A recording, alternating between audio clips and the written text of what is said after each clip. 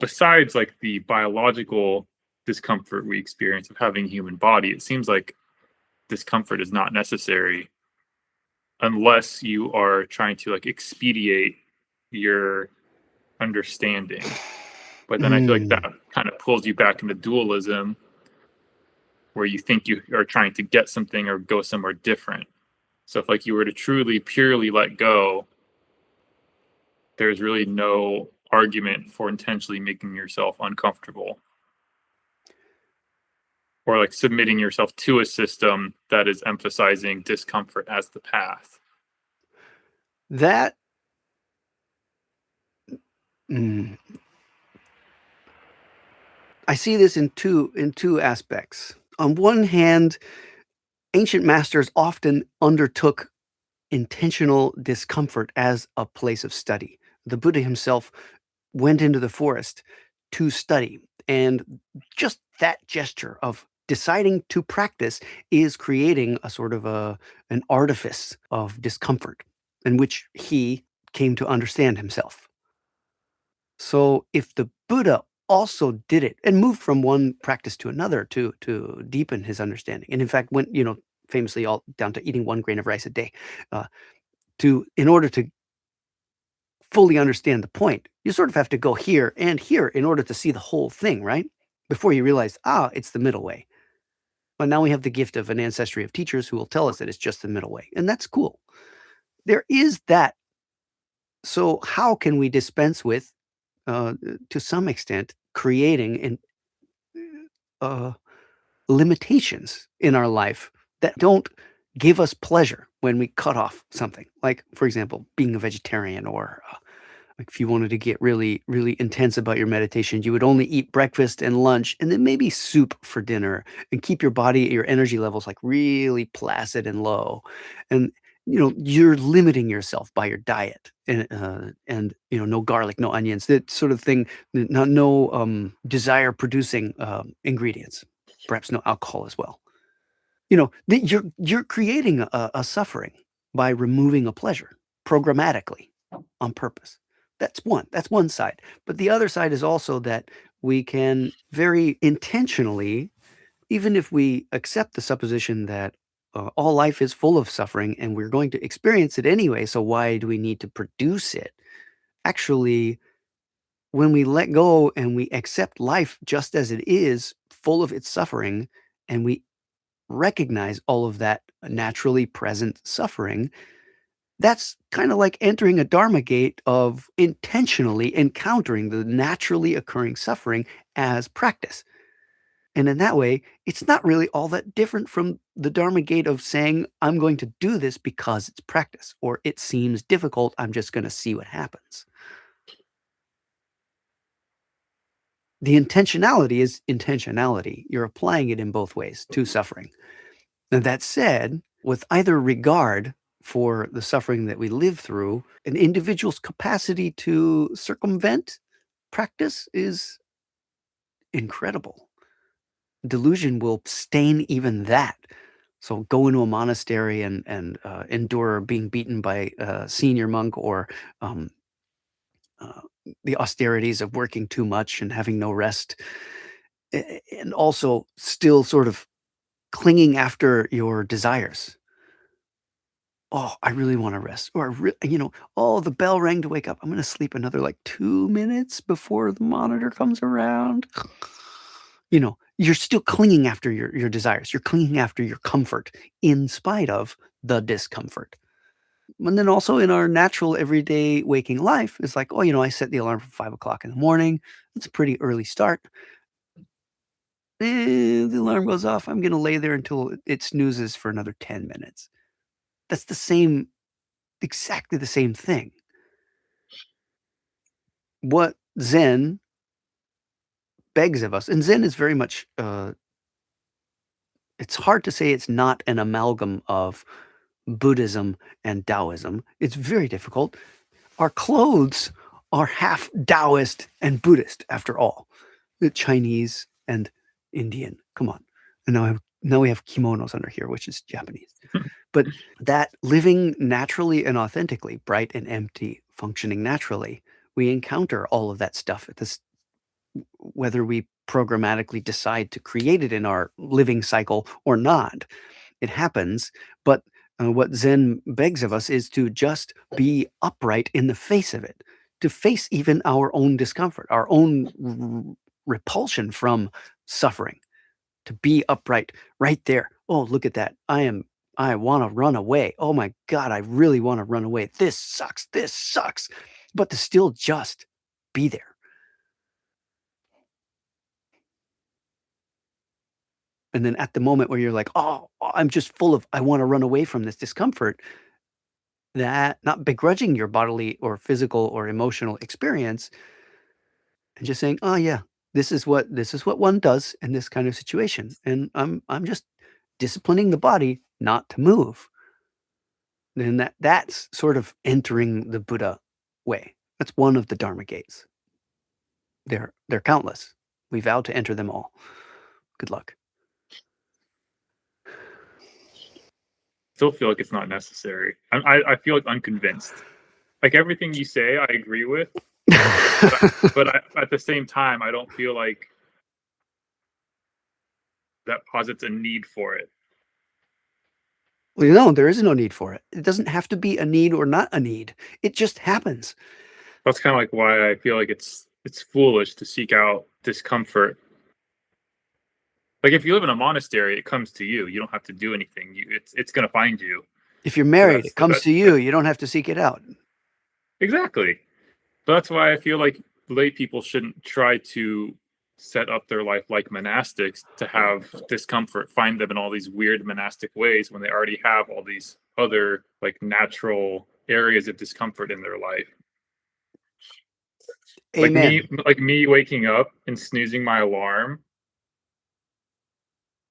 as a layperson doesn't matter. But like I will find discomfort in other ways in my life that will come to me. And I feel like if one is to practice for long enough, then you naturally come to the conclusion of like what discomfort is wise to tolerate versus not, as opposed to battering yourself with discomfort to find the wisdom. Mm, That makes sense. Like I feel like there's mm. like this focus at the beginning of practice of like you have to learn to be uncomfortable. And it's like, well, why can't you just practice and then eventually you just naturally become more tolerant of discomfort? That seems like much more in line with like the non-dual philosophy of practice. Okay. Yes, and yes, and yes. You, a layperson snoozing your alarm doesn't matter. It's true. As a monk in a monastery, a very strict monastery where you have to wake up when the bell rings and sleeping a little bit more, maybe getting away with it, or maybe getting yelled at by another senior monk or a master, getting scolded, also doesn't matter. And even knowing that and doing it anyway and enduring whatever consequence comes of it. Oh, I have to rush a bit to get to work, or I get to work late, or like the children or the animals or whatever don't get fed at their usual perfect time or whatever, whatever your responsibility is after you wake up. Or, well, baseline, nobody's going to die. It's not brain surgery. So, yeah, it doesn't matter. But taking it up, taking up the living is what Zen begs of us. It's not about the little tiny suffering or whether it's important or not. And you bring up another good point, which is what the heck is the point of a monastic practice? It's a great metaphor. Everything that happens in regular life happens in a monastery. It is all programmatic on purpose to really, really, really, really produce a lot of opportunities in a very concentrated time and space to study oneself. And what is important is that a layperson doesn't have to copy it exactly. Well, at least my hope is that a monastic, having gone through it, can see that all of the challenging crap from their monastic experience is actually a profound kind of a metaphor to help, to use as a teaching tool to help living beings see their own lives and maybe respond to things in a more upright way. That uprightness is also compassion, self directed compassion, other directed compassion, and that means taking responsibility, wiping your butt after you poop, brushing your teeth, cooking a meal, and taking care of the ingredients, respecting the life that is cost in exchange for yours to continue, whether that be tomatoes and basil or a deer or a pig. You know, it's all a life that has cost in order to endure or to ensure that this one continues and to be grateful for that.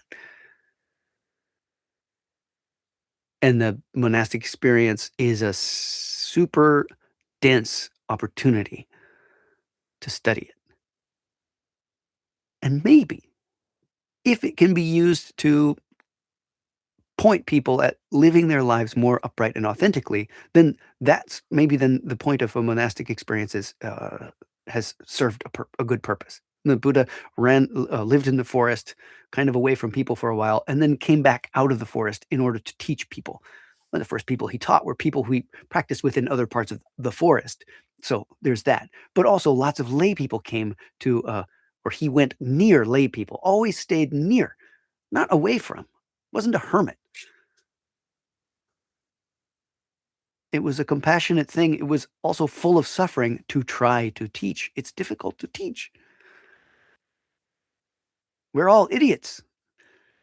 It's tough. Even the teacher's an idiot. We get mad. The Buddha got mad. I'm not comparing myself to the Buddha. Let me never do that. But, just to what am I going to do with this? Oh, I made a mistake. Whoops. That happens all the time.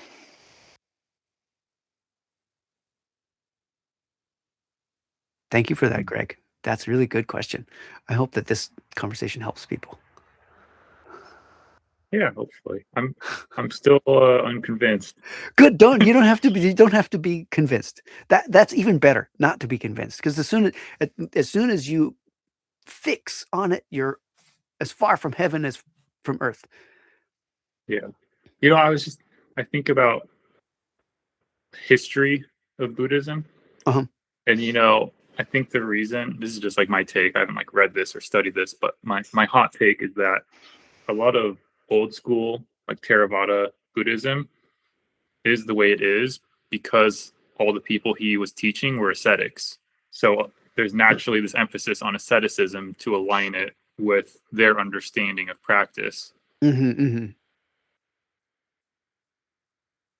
And it's like one of the like 10 fetters or whatever, like the 10 core attachments that in Theravada Buddhism are released through the stages of enlightenment is like the attachment to rites and rituals, Mm-hmm. which basically means like doing anything is actually going to lead to something. Like and so that's why I feel like this whole like emphasis on discomfort is like totally not necessary. I mean, the only way I feel like it makes sense to me is if you truly believe in reincarnation and you really only have this one life. That's the only way I can really rationalize using not like extreme, but like persistent discomfort as a pedagogical method. It's because You mean you intentionally applied discomfort? Is that what you mean? yeah, basically like submitting yourself to a rigid monastic schedule that is intentionally increasing discomfort. It's to produce results quicker. It's like a skillful means basically to draw out attachments quicker than they otherwise would in a normal Mm-hmm. life. Mm-hmm. So in a sense, you are micro torturing yourself up to your threshold of tolerance in order to expedite the process. So it's a less pleasant experience, but it leads to results quicker. Yeah, yes. You can see it that way too. I would be inclined to take not more optimistic, but more less sort of describing it in terms of positive or negative, more neutral perspective might be that if the only person that gets us free of our suffering is ourself, and the only way to do that is to understand ourself. If a person takes up, and of course I'm a Mahayana Buddhist, so I tend to think of it in the terms of working by vow.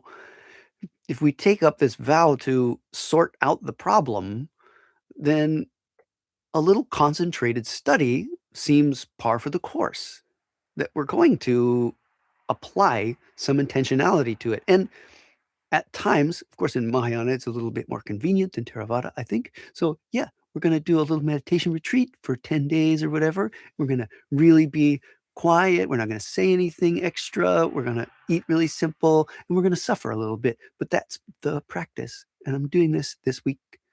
Wish me luck. And then you have the other side, which is being open to, even as a layperson, reflect on what a monastic experience is, what the Buddha's training was, what his practice was up to the point that he became a teacher, became able to use his experience as a model and metaphor to guide people to sort out their own crap, to get free of their own suffering, their self-created suffering.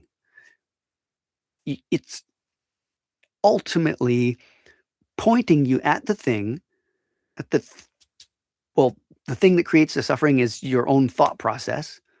The way we think is a problem. So getting beyond our thinking, if that's the way to suffer a little less, to live a little more lighthearted, that also, it doesn't mean that the suffering goes away. It doesn't mean that life gets just easier. It means that we live it more authentically. And we also recognize that it's not all suffering. We don't get attached to the suffering. It's not all pleasure. We don't get attached to the pleasure. We do both all the way. We cry and we laugh. Sometimes, when you get sick, it comes out both sides, both ends. Poo is a good metaphor. I have other jokes that I shouldn't put in the video. But yeah, it's all of it. Being there for all of it, being upright in all of it. And being honest and not attached, moving from one thing to the next, like I read in the verses of Faith Mind, that nothing is grasped, nothing is left behind. One to the next, one to the next. Here I am.